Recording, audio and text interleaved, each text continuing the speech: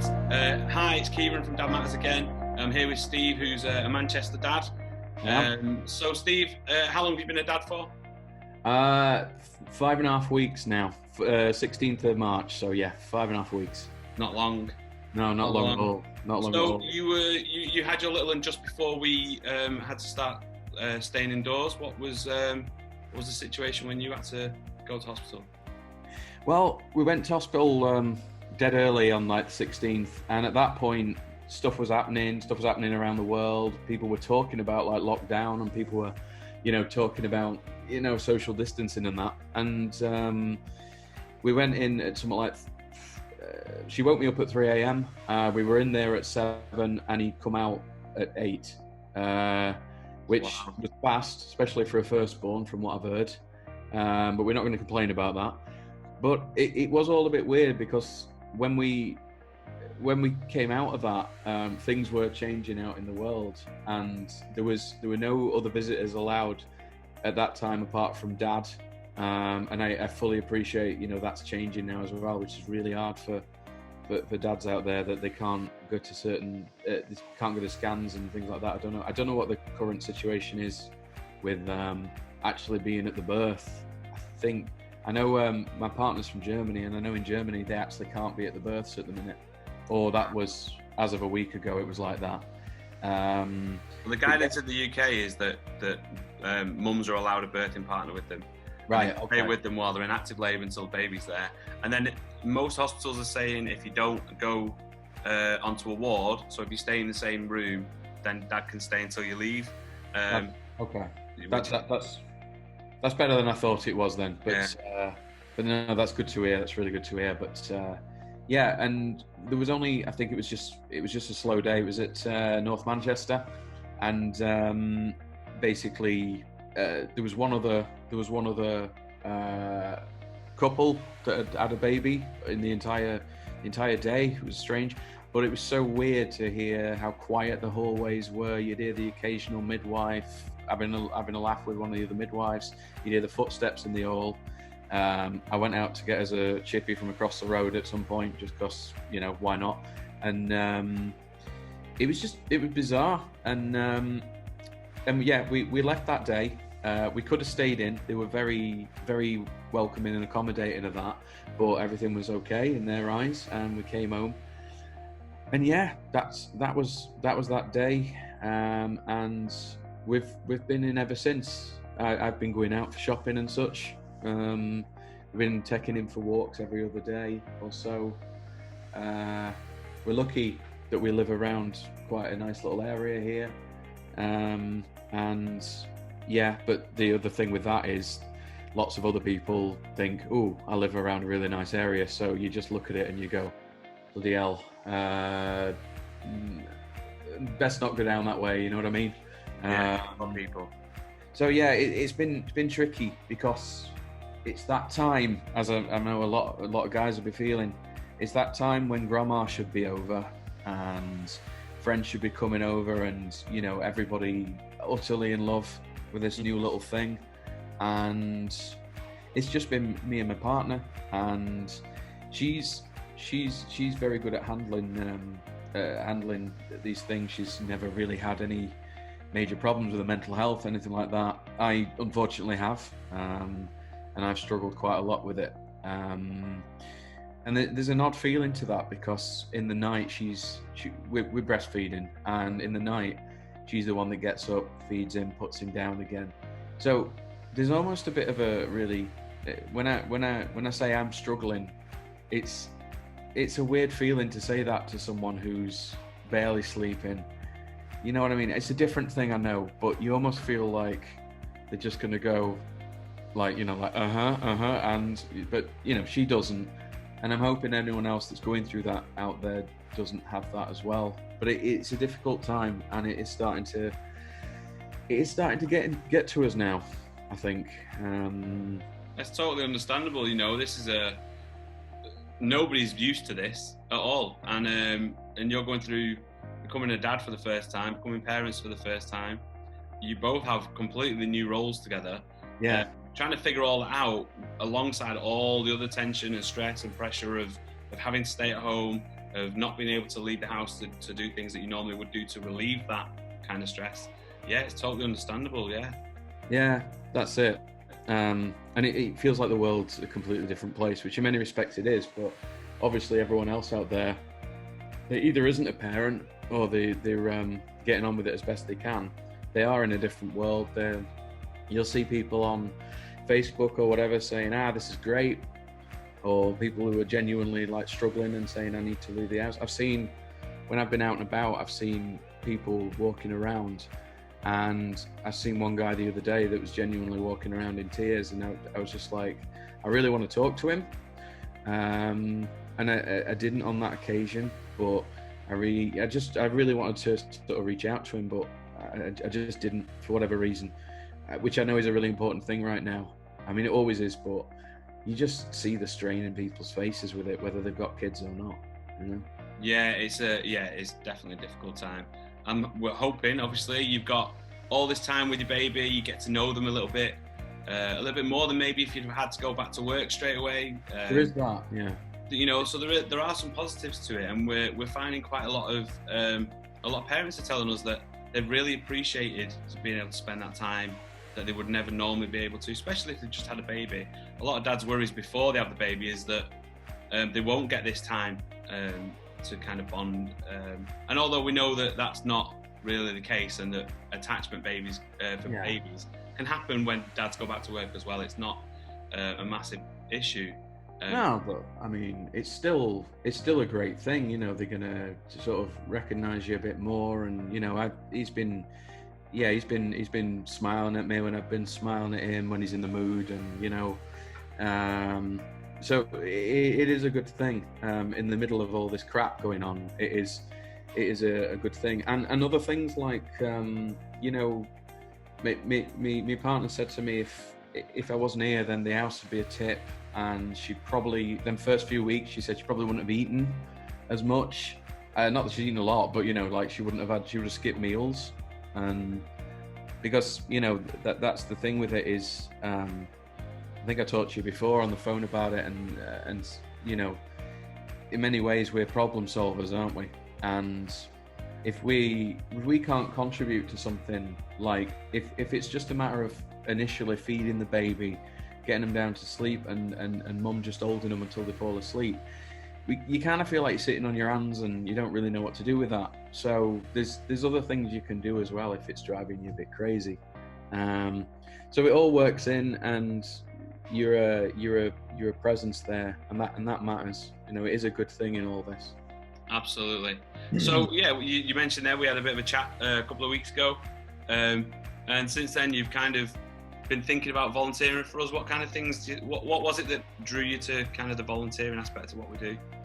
Well, to start with it, I was in a bit of a desperate state one night. I think he must have been nearly 2 weeks old, because it was Saturday night, and I was just searching Google for dad support groups, fully in the knowledge or men's support groups, fully in the knowledge that right now no one can meet up, which is a really important thing, but in that knowledge. And I found a couple, but it was surprisingly sparse out there. Like, maybe not surprisingly, because I didn't have any experience. I don't know what I was looking for, but it actually shocked me how little I found that was local to where I am. And I live, as you say, I live in Manchester. It's a big city, and you were one of the ones that popped up first. There was Andy's Man Club, which has a meet in Manchester, obviously not right now, and all over the place, thankfully. And there was you guys, and it mainly directed to the Facebook page. And I think from that night, I think I messaged, not expecting you guys to be online, and you responded to me really, really quick. And I was in a proper bad way that night, like just did not know what to do with myself, sleepless, and all kinds of crap going on in my head. I just didn't know what to do, and you guys responded, and I'll always appreciate that. And yeah, that's not to say, you know, you're always going to be on a Saturday night. I don't mean these guys don't have lives of their own or anything, you know, but I'd always appreciate that, because it wasn't just Kieran. Suddenly there's a guy called Mick coming on, and I'm seeing all these familiar words like mate, and you know what I mean. And it's like suddenly, it's good because there's another presence in the room, even if it's through Facebook Messenger. And I'm one of those people that's always I've always like appreciated every job I've had or anyone that's ever helped me, and I've tried to give back in that. And just seeing the lack of general support that's out there, and groups, and just advice that's not mum centric, and that's absolutely fine. You know what, they've been through this ridiculous, incredible process, and of course mums should get that support. Of course they should. They're going through something they've never had experienced before. It's wonderful, it's horrible, it's beautiful, and it's ugly, and everything. It's everything all at once, isn't it? But there's just very little out there that's dad centric. So, you know, I found you guys, I started looking at what you do on your YouTube channel, and it was all really good stuff. And there wasn't, I mean this in the nicest possible way I can mean it, but you weren't doing anything that like would blow people's minds. You're just talking to people and just sort of going through that process and finding out what's going on with other guys. And of course you require some level of skill to do that. I don't mean, as I say, I mean no disrespect when I say that. You've got to be able to do that and be patient. But it just blew my mind that, you know, you just be in these sort of, I think it was that first video I think it was in Bolton Hospital or wherever it was. But just to see these guys slowly starting to ask questions, and you know, there's all manner of personalities in that room. You can just see it. You can see them, as I think we spoke about on the phone again. You'll have people who just sit there and listen and don't contribute, but they're taking it in. And you'll have people who just you know, take over the room and they're talking, and you know, and that's a lovely thing to me. And I think it's really, really important. And I think from what you told me and doing the volunteering, you're trying to catch. I think the thing that gets me is you're trying to catch dads before what I'm going through. So you almost sort of get any issues out before the baby comes. So if they've got any concerns that they're maybe not sure they can express, they can get it out there as best they can, talk about the fears and whatever else they need to, whatever they're worried about. And that's a really good thing. It's so that really, really appealed to me. No, we really appreciate it. I think one of the things that we're trying to do is the volunteering that we ask for is 30 minutes a month, so it's not a lot. We're not asking dads to come away from their families for 2 hours a week or anything like that. The training that we're doing is around attachment and mental health, but the main aim is to get dads talking and to be able to signpost them into places. Yeah. And I think that where you're at now is we need dads to see us early so they know that we're there, and then they're not struggling to Google to find something, because there isn't anything out there. If they know that we're there, they can come to us and we can signpost into the right kind of places, you know, and I think that's important. Yeah, of course. So since then as well, you've started doing your own podcast. Was it Inside Dad?